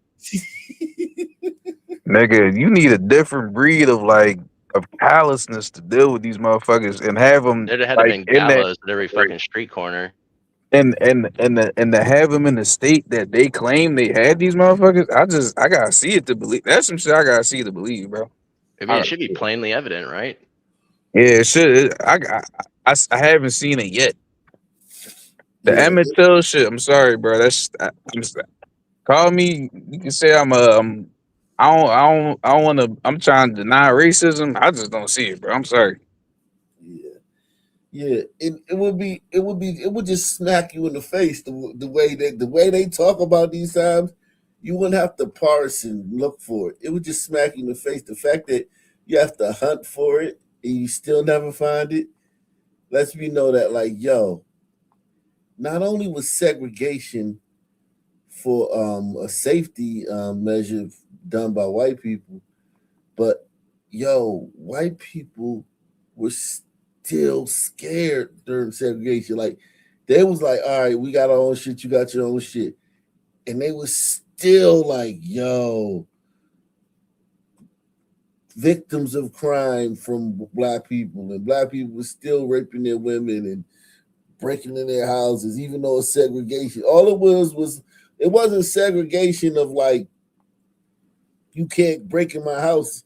It was segregation of like, you just can't go to this movie theater. You know what I'm saying? Or you can't go in the store. But everything else was like open for black people. Like same black dude that would get denied going to the fucking club or whatever, the nightclub, he would fucking steal your car. Further frighten the remaining whites, suggesting their property values might drop because the neighborhood was going black. Then, under pressure, the exodus began. Houses in a 3-block area of East 31st Street, valued by the city at $8,400 to $9,400, were gobbled up by real estate speculators for much less. Most of the houses in these blocks were bought by companies headed by Morris Goldsecker, the largest realtor in the Hold city. on. Morris Goldsecker. Wow. Holy shit. Some things, yo, it's like, yo, you could fucking predict this shit. Like all the roles, the faces change, but it's the same movie with different actors. It's just like when they remake a movie. You know what I mean? Like back in the day, the movie might have had fucking goddamn, Robert Redford or Burt Reynolds in it. Now it's gonna have fucking, whatever hot shot actors up now. It's the same fucking movie. Haim Goldblatt. Hey, them Schwartz, then moving in the neighborhood. You probably ought to sell. Morris Goldsecker, the largest realtor in the city, and most of the houses in these blocks were bought by companies headed by Morris Goldsecker, the largest realtor in the city and one who concentrates in Negro housing. These are some examples of the pattern of buying and selling in this neighborhood. 1801 East 31st Street, valued at $10,000. Bought by Goldsecker from a white family for $5,700. Sold to a black family for $12,000. 1811 East 31st Street, valued at $8,400. Bought by Goldsecker for $5,700. Sold to a black family for $12,000. Wow. 1710 East 31st, valued at $8,400. Bought from a white family by a Lewis Singer real estate company for $48,000. I'm gonna show you something right quick. Wow, this ain't gonna blow your mind. I was about to say it's gonna blow your mind, but it's not. It's not gonna blow your mind. Here's Morris Goldsecker. Morris Goldsecker, born 1898, died 1973, was a real estate business tycoon, broker, and philanthropist. He was president and founder of M. Goldsecker Realty Company, a Baltimore-based real estate brokerage and service company, and is the founder of Morris Goldsecker Foundation. Goldsecker became a prominent real estate investor and broker and multi-millionaire in Baltimore during his 42 years in the real estate business. Interesting way to put it. Goldsecker was a Jewish immigrant born in Milyanov, Russia, now the Ukraine, the sixth of 12 children, of whom 4 died in infancy. His father was a fish rancher. Goldsecker attended elementary school and parochial school. He immigrated to the United States, arriving in Baltimore, Maryland, on board of the ship Rhine on August 28th, 1913. So this is a goddamn real Jew. We talking about a Jew. His father was a fucking fiddler on the roof. I'm telling you. If I was a rich man, this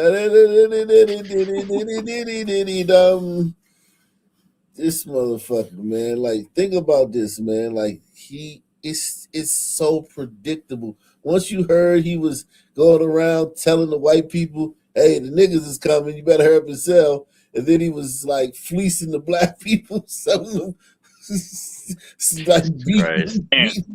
Yo. Small heads know how motherfucking play together, dog. God, I mean, you got to respect that shit. You know, they do know how to play the game. I don't see how you can't respect this shit, bro. Just respect the hustle. I mean, respect the hustle. They know how to pull some shit up, bro. Look at the foundation. I want to show you the Goldsecker Foundation. This is how diabolical these motherfucking small hats are. So he made his millions fleecing black people and, running white people out of town and shit, right? Look at his fucking foundation's website. The Goldsecker Foundation. White, black people working together. Look at these white people. They're working together to clean up this fucking whatever the fuck. I feel like small heads have like mastered niggas. Like, they just know exactly how to like. Master white folk too, though. Yes, bro. They mastered white folks too.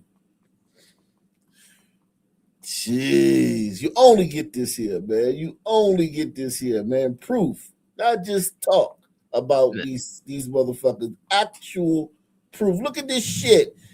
He fucking made his millions fleece. I mean, hurry up and short sell, white people. White people sell for $5,000. All right, nigga, I got a deal for you. You can do this house for $12,000. Yeah, and as the D-Train points out in the comments, like, they're not even really selling it to the blacks. They're like, what is it, leasing to own, right? And then if any violation occurs, they just snatch that shit right back, take all the money you got, and your shit out of luck. Yep, and the place, they don't repair it, just like that black lady was talking about earlier in DC. They don't, the repairs, like he would, how far was that Jew behind in his repairs? Like what, $40,000 behind the repairs? Like, it's like they so the shits and they don't. And the icing on the cake is that they do all this and pull out, and then it's like, yeah, the white people really blockbusted this neighborhood. Because they run the media. They write the books. They run the media. So they can control the narrative as well. Damn. Diabolical. Yo, his fucking foundation is literally like he's using black people, black children playing when he literally like preyed on black people. they had them thinking they was written to own. Well, at least the sister knew. She wasn't stupid. She was like, nah. Like, you feel like you're written to own? She's like, nah. Yo, if you listen to Small Heads, bro, they have an extremely high verbal IQ, bro. Them motherfuckers could talk their way out of anything, bro. Oh yeah, the best comedian, my favorite comedian, some of them when I was younger. What's his name? It was George Carlin. What's the other one? Richard. He was a real neurotic Jew. Richard. He was always down, self-deprecating. What was his name? Oh fuck! But yeah, Andrew Dice Clay. He's another Jew. I loved him. A lot of the great comedians, you know, were Jewish, man. Seinfeld. A lot of the people that you know do humor and. You're talking about Richard Lewis? Yeah, Richard Lewis. Yeah, he was. Yeah. I liked him for some reason. He used to have me crying because he would go on himself. The shit he would say about himself and his mother. And he's like the archetype for the self-hating Juice Crew, right? Yeah, John Stewart, like they're very good at, you know. Yeah, you're right. So because comedy is like, you know, verbal. You know what I mean? Mastering comedy is like also lawyers. A lot of lawyers. I never, man. I real estate people, as we can see. Yeah, like they're very good at these things. Like we have to, like Nick Tao says, man, we have to give them credit, man, because like what they pulled off in Baltimore, like that Blockbuster thing, like white people got the beef for it, that they were the evil white racists that did it. Black people, you know, funded it. They worked themselves to the bone, funded it. They both funded it. Well, the white people got rid of their house for, you know, for less than they really wanted to. Yeah. So yeah, they short sold their house. They definitely could have got more if they would have, you know, waited. But, you know, who was in charge of the law that made it to where all these black people can come to Baltimore?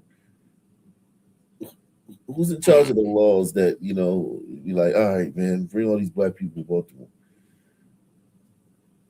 Flood Baltimore with black people. Who? I don't know who was in charge of it, but I can guess who probably lobbied for it. Yeah, exactly. So yeah. So it was, and then the black people, even to this day, blame the white people. Like even to this day, the black people will blame the white people for it, when it was really the Jews that did it. And like this guy has a fucking foundation, and he's some fucking great philanthropist, and he's got some foundation, and he's using black bodies, as they would say, to like promote his fucking foundation. But I mean, you know, that's actually the kind of shit that they would be talking about, right? I mean, this is, most of the shit they say is bullshit, but this is devilish manipulation. $800 sold to a black family for $11,000. The pattern is the same for almost each house. Many families aren't really buying, although some think they are. They've bought lease options for $300, which they thought were down payments. Most families pay by the week in this neighborhood now, anywhere from $30 to $32 a week. Wayne Harp is a veteran. He and his family are among the very few who have a standard mortgage from a mortgage company and pay by the month. But he almost rented from Goldsecker. Vincent Quayle, a Jesuit theology student working in the neighborhood, was with me when Mr. Harp described his near miss. First, you go down to his office. They let you read them. They ain't gonna pull them fast when they like that. Yeah, So- except when you read them. I read them, you know. I've had 25 years of education, and I don't know what they say when I read them. Now, but I say, a layman like myself and most other people that rent or buy from Goldsecker, no, you can't understand it. No. But what the one that I signed was a lease, saying. But all the same time, you are told that you're buying. You are being misled, and you are told that you're buying this property. You thought that the money you were spending in rent was really going into the house to buy it. Most definitely. Well, this is the way. This is the atmosphere that they put you in. So you have the white people suffer, the black people suffer. Definitely. The only one who profits from it is who? Is the speculator. Most definitely. It's the man calling the shots, the realtor, of course. Mrs. Marie. Well, at least they knew. They knew. But history, who tells the story to the next generation? That are not them. Them two didn't tell the story. The story was told to the next generation by the guy by Goldsack. Well, it makes sense. Wow, they knew. McLaughlin, married with 2 children. Hers was the first black family on the block. She saw the frightened exodus. I had hoped that there would be a lot of them to stay or some more moving in, but we never saw any moving in. They hoped white people would stay. And the racist Jim Crow, they hoped the white people would stay.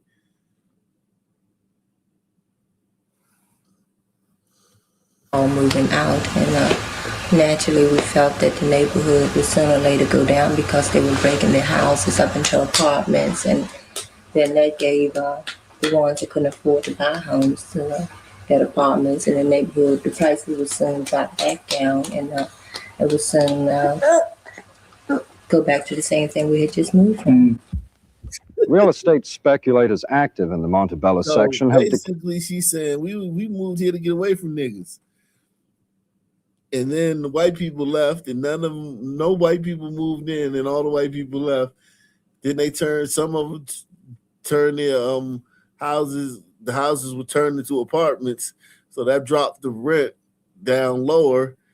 And then, the people that were renting, not thinking they were buying, but the people that were actually renting, it was so cheap that you attracted a certain type of black person, and now what we ran from, we jumped, we right back, we've created it again.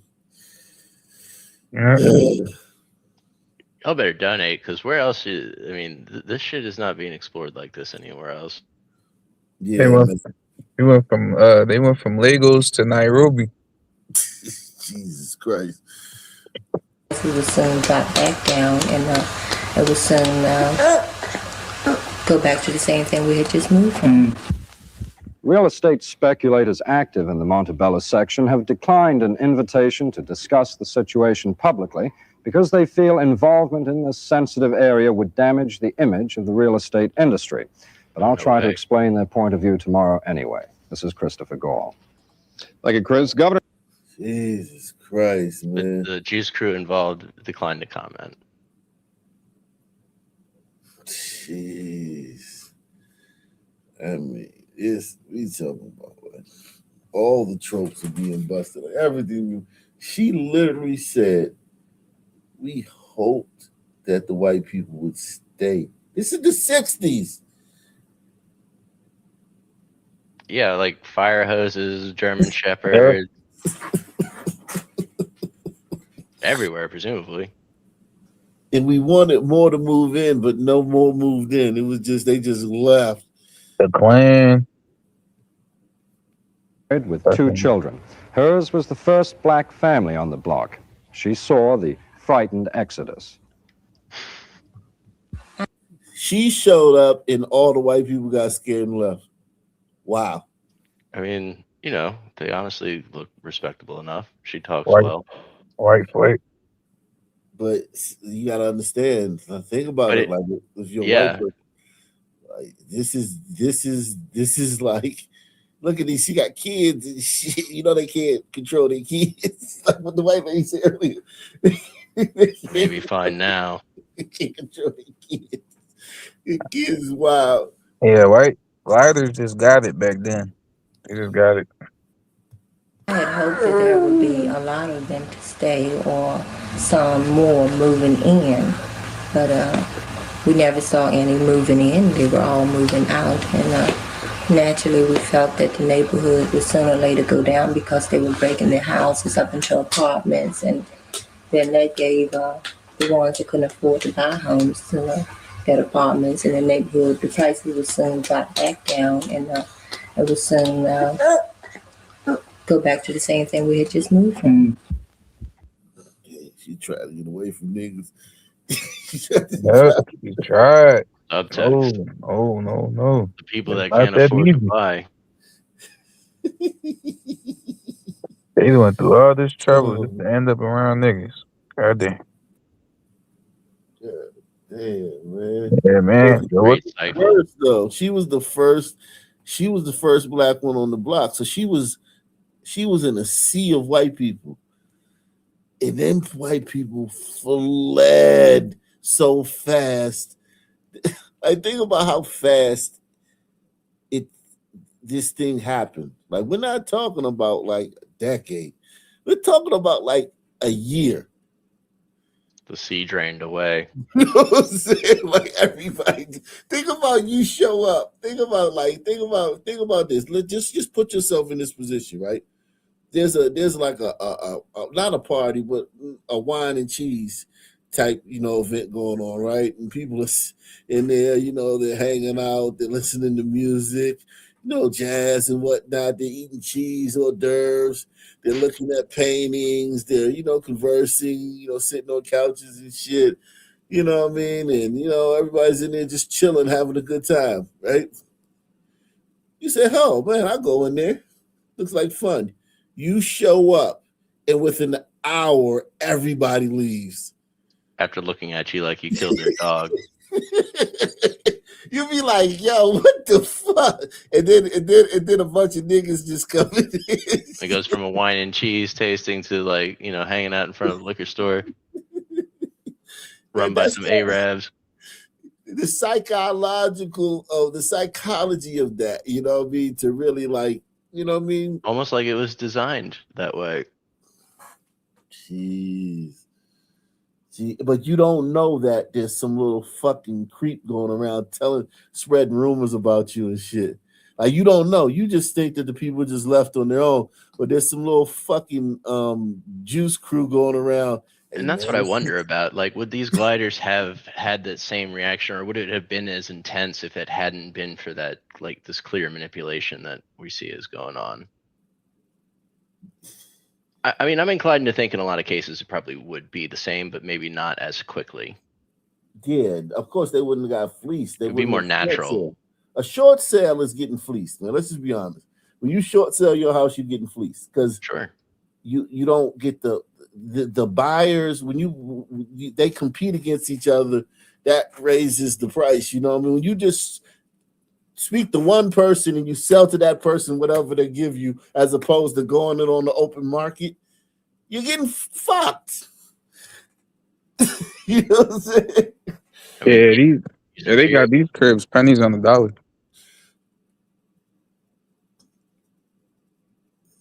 Yeah, man, that's crazy. Little fuckers going around spreading rumors about you and shit, but you don't know. The black people didn't know that these motherfuckers run around telling these white people this shit. Has it ever happened to you, Nick Tab? Have you ever showed up to a wine and cheese party full of gliders and they all just left? I wish. I mean, more cheese and wine for you, huh? Yeah, white women. As long as the white women don't leave.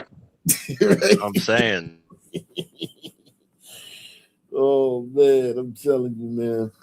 Wow, unbelievable, man. This has been one of them shows, man. One of the better shows, man. One of the more informative shows. I definitely got to clip this. Woo. This is a classic, man. Any final thoughts, guys?